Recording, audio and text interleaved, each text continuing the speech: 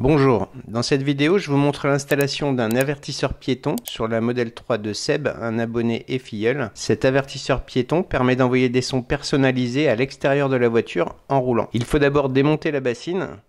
Pour cela il y a 7 vis à enlever. N'oubliez surtout pas celle qui se trouve à côté du liquide de frein. Un grand merci à Seb au passage qui a tenu la caméra pendant tout le tournage. Ensuite, il faut lever le cache sur lequel se trouve le bouton d'ouverture de frunk. Donc il suffit de le soulever, de le tirer vers le haut. Pour le bouton d'ouverture de frunk, il y a un petit loquet à pousser avec un tournevis plat. Et ensuite le connecteur se décroche. Ne pas oublier de décrocher l'entrée d'air.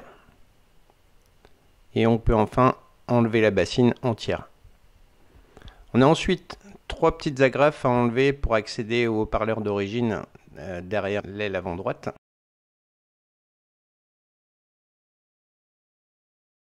Voici le haut-parleur. On peut installer le boîtier sur la traverse qui se trouve juste devant la batterie. Fixé avec 2 Colson. Voilà, on est sûr qu'il ne bougera pas.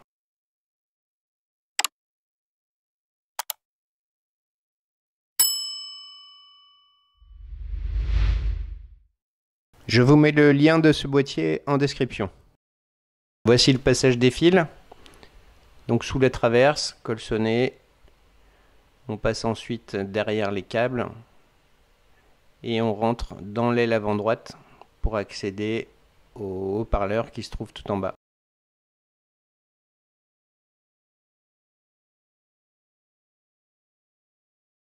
On débranche ensuite le haut-parleur d'origine. Et on rebranche le câble blanc en lieu et place, donc directement sur le haut-parleur, comme ceci.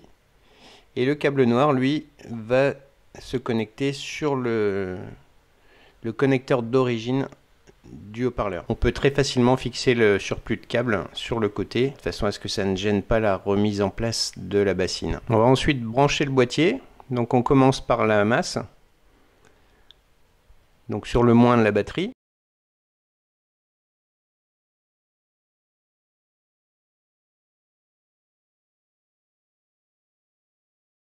Et le plus 12 volts directement sur la batterie. Le boîtier consomme très peu, donc il n'y a aucun souci à le brancher en direct.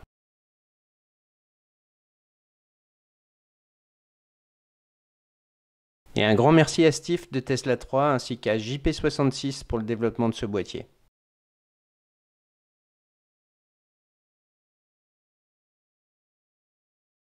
Voici ce que donne le branchement. Donc avec le fusible, toujours accessible, vous verrez plus tard qu'il sera accessible très facilement.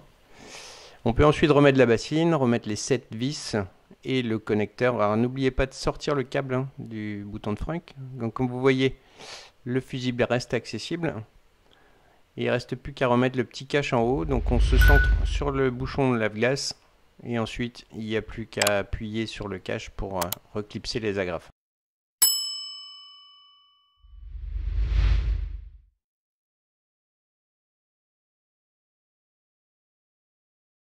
Voilà, la bassine est remontée, il ne reste plus qu'à tester le système.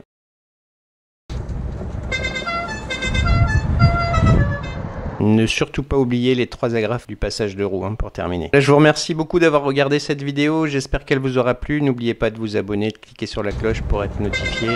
À très bientôt.